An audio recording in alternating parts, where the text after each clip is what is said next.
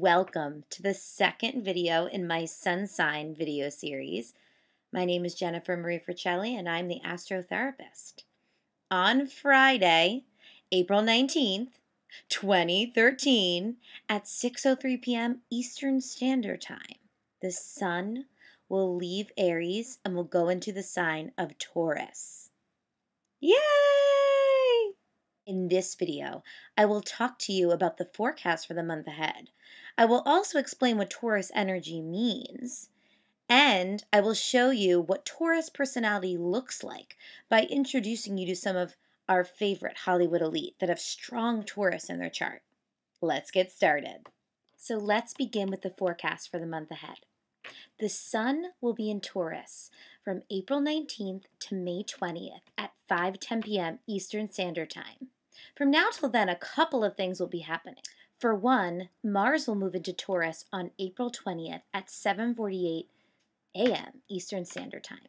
Mars is the planet of action and impulse, and Taurus is more cautious and grounded, so it's going to be a really interesting placement. Then Venus will move into Gemini on May 9th at 11:03 a.m. Eastern Standard Time. And Mercury will move into Gemini also on May 15th at 4:41 p.m. Eastern Standard Time. When Mercury is in Gemini, we are extra communicative because it feels right at home in Gemini since it's one of the signs that it rules. Gemini loves to mentally wander, and with Mercury and Venus both going into Gemini, we may see a lot of banter and curiosity into gaining knowledge and kind of chatting it up with your friends, word games, that kind of stuff. However, it's more material talk, surface level chat, and maybe of many different subjects, but really not digging too deep, which is Gemini's style. Now let's talk eclipses.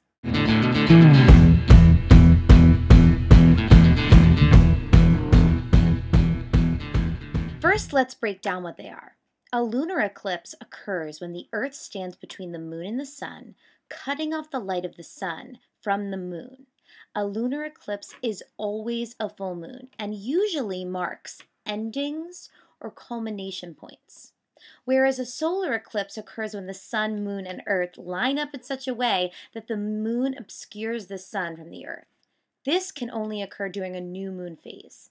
The solar eclipse can really help us regroup and refocus on an area in our life that may need extra attention or change. So a solar eclipse may inspire, motivate, or pressure you depending on where it is transiting in your chart. Same with the lunar eclipse. So lunar eclipse is endings, solar eclipse is beginnings.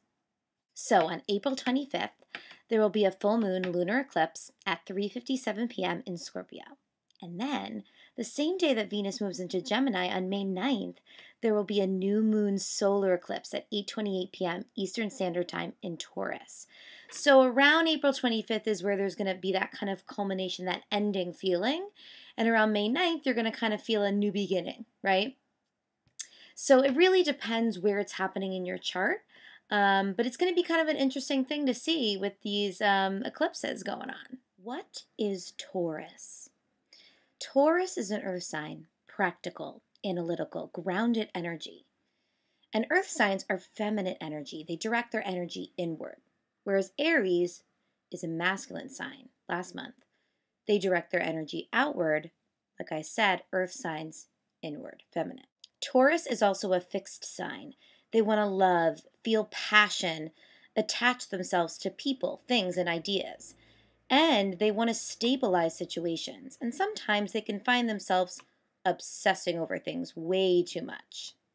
Fixed signs also love to indulge. And since Taurus is an earth sign, they usually focus that indulgence with good food and drink. Just like Aries, they're in the survival stage of astrology. Like I've said before, in astrology, there's 3 stages: survival, social, and spiritual. And there's actually one element in each stage. So for example, there's 3 fire signs in astrology: Aries, Leo, Sagittarius.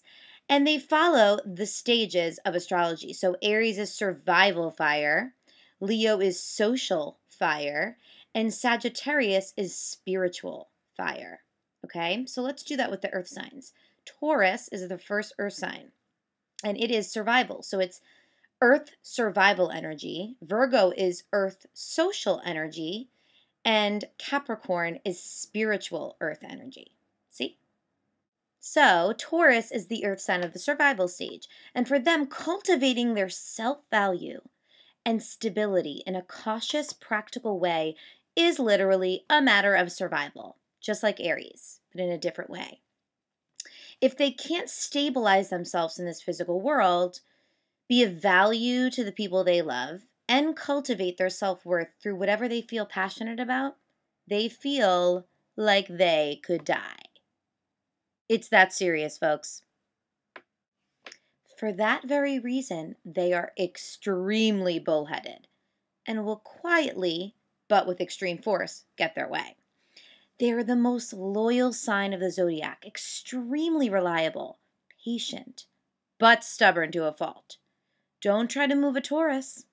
Don't try to move them. They are not budging unless they want to go. In order to create that self-value, the Taurus energy does two things. One, they never show their true emotions.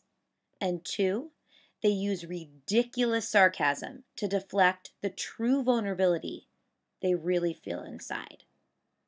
Because of this, they are very mysterious, very sensual beings, all about their physical senses. And you really never know what's going on with them. If you want to see someone who never gives up, who is loyal to a fault, and can cook the best steak of your life, hang out with the Taurus. They know how to provide those practical, survival, yet pleasurable needs. So, the negatives of Taurus. These are some things that people in a Taurus's life will say. 1, they are so ignorant, so attached to their ideas. Or 2, oh my goodness, they're so indulgent. He cannot shake that addiction. Or 3, wow, he is so devoid of emotion. It's almost like he has no compassion or heart. Now, why do people say these things about Taurus? It's because in order for Taurus to cultivate that practical survival, reliability, and be of value, they need to be stoic and hide whatever is underneath that might prevent them from providing that firm and steady love. So ironically, they're actually always coming from that place of love and passion, but they will never expose any weaknesses. And this is what makes them sometimes the most opinionated and sarcastic people of the zodiac. The good is that you can rely on a Taurus. A Taurus will stay in a relationship or a job longer than any other sign, and they will be there when you need them. That's if they are not all consumed with some sort of negative indulgence, right? But because they want to create that practical survival pleasure for their fellow friends and family and themselves, they are really valuable in the kitchen at a party. I'm telling you, they can whip up the best food and the best drinks you've ever had. So whereas the Aries is cracking jokes and winning the card game in one corner at the party, Taurus is making the best food of your life in the kitchen.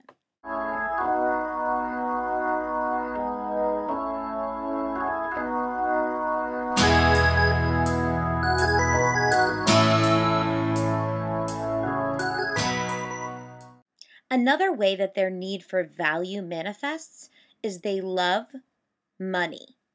Now, we all love money, but Taurus, they're very, very good with their money. Well, most Tauruses are. Because they can be very patient in saving their money, and they can be very frugal and not really spend their money. And they love to help others build that value as well. So you will find that a lot of Tauruses might be accountants, bankers, financial advisors. In order to understand each sign, you really have to understand its opposite sign. The opposite sign of Taurus is Scorpio. Both signs are fixed energy, passionate, stubborn, attachers and stabilizers, but where Taurus is earth, Scorpio is water. And where Taurus is survival stage, Scorpio is the social stage. So, where Taurus is stoic and sensual, Scorpio is emotional and sexual. For Taurus, it's all about the physical self, and for Scorpio, it's all about the emotional relationship.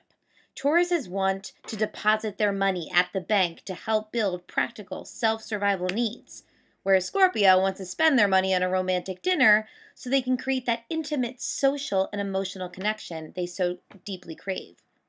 The Taurus needs the Scorpio, and the Scorpio needs the Taurus. Scorpios need that practical, grounded, unwavering support that Taurus can give them. And Taurus needs Scorpio to crack them open emotionally, to really feel that vulnerability that they are so good at suppressing. Now it's time for some Taurus examples in Hollywood and beyond. Are you ready for some celebrity Tauruses? So you've got Susie Orman. Mercury's communication, Taurus's money and value. She communicates about money. Donald Trump, Midhaven. The public mask he wears is in Taurus. Makes sense, he's a business guy, right? Then you have Dr. Phil. His moon, which is emotion, is in Taurus. So he provides that emotional value and stability for some of his crazy people on a show. And then last but not least, the billionaire, George Lucas. So amazing, so talented, sun and ascendant, which is self, in Taurus. What is the next theme? Venus and vocals. Did you know that Taurus is ruled by the vocal cords, the throat, and the ears? And it's also ruled by the planet Venus, which is the planet of love and beauty and art. So you will see that most singers have strong Taurus in their chart. These are some of the best musicians and singers of our time. Mariah Carey, her ascendant, the way she is with herself, and her Mars, raw drive, in Taurus. Then you've got Beyonce and Carrie Underwood, Midhaven, the public mask, in Taurus. Then you've got Adele, the sun, and Jupiter, which is abundance, in Taurus. And you gotta love Willie Nelson, right? He's got Sun and Venus in Taurus up in the Midhaven, which is his public mask. So it's all up there for the public to see. And my favorite is Beethoven. Beethoven had his South Node in Taurus, which is his natural life habit, his comfort zone, was in that sign of Taurus, beauty, art, and vocal cords. The next theme, sensual and mysterious. Tauruses are known to come off very mysterious because they don't want to show their emotions, and sensual because they're all earth signs, physical, tangible, right? So we've got, my favorite, David Beckham, so hot, Sun, Mercury, and Ascendant in Taurus. You've got Brooke Burke, Moon in Taurus. We all love George Clooney, Sun and Mercury in Taurus, and God, does he close off his emotions and relationships. Then you have Megan Fox, Sun, Mercury, and Midhaven, public face, in Taurus. And I think Jessica Alba might have the most. Sun, Mercury, Venus, Mars, and Midhaven in Taurus. That is a lot. The next theme is dry, sarcastic humor. Yes, Tauruses love to mask what they're feeling with humor, and sometimes it pays off in their career. Some of the funniest people have strong Taurus in their chart. George Carlin, my favorite comedian. Sun, Mercury, and Midhaven, public face, in Taurus. Then you have Billy Crystal, Moon, Venus. So that's emotions, his values and passions, North Node, his life lesson, and his ascendant, all in Taurus. Ellen DeGeneres, one of my favorites, North Node in Taurus. And can't forget Jerry Seinfeld and Jay Leno, Tina Fey, Kathy Griffin, all strong Taurus.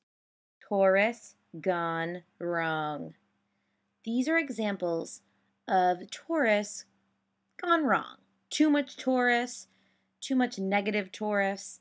Now we've got some extreme examples, right, on one side, and then we've got some sort of like crazy Hollywood ones. So let's go through each one. So Tara Reid and Tiger Woods have the same exact thing going on in their chart. It's this really twisted South Node, North Node thing. Now, I don't want to confuse you too much, but they basically have their South Node in Taurus in the sexual Scorpio house, and they're learning how to be Scorpio in the Taurus house. It's very complicated. So they have a lot of Taurus. They have their South node in Taurus, and then they have their North node in the Taurus house. Now, what that kind of manifests as is a really set in their ways with sex. Gonna put it straight out there for you. So yes, it is in Tiger Woods' chart. His sex addiction is there. It's there, plain to see in his chart. And he's learning to put his values in another direction with his money, with the things that he's successful with, with golf, with the things he does well. And I think he learned his lesson. But it's so interesting that that controversy that was in the news with all the sexy women he was with, it's right there in his chart. And Tara Reid has the same thing going on, okay? And I'm sure you can kind of tell with some of her antics. Now let's move on to Lindsay Lohan. This is interesting. So she's got Moon in Taurus near her IC, which is her home, roots, parent influences. Are you catching on here? She's set in her ways with her home. She's set in her ways with her emotions about her home, okay? And this has created addiction in her life. And this addiction has exploded into her public image. Because all of this energy is at the bottom, hidden, and the public image is at the top in the chart. So she has these internal issues of addiction and her set in her ways, home life. She's stuck in this. She's stuck in this habit, and hopefully she will get some really great therapy soon. We pray for you, Lindsay. Okay, Justin Bieber. Ugh, this is an example of money gone wrong. This kid should not be this rich. First of all, why is his pants like that? I don't get it. They're blue and they're barely on him. Don't understand. Okay. His South node, life habit, is in Taurus, and it's resting with his descendant, which is how he is in relationships. Now, I don't know too much about how he is in relationships, but I will say this.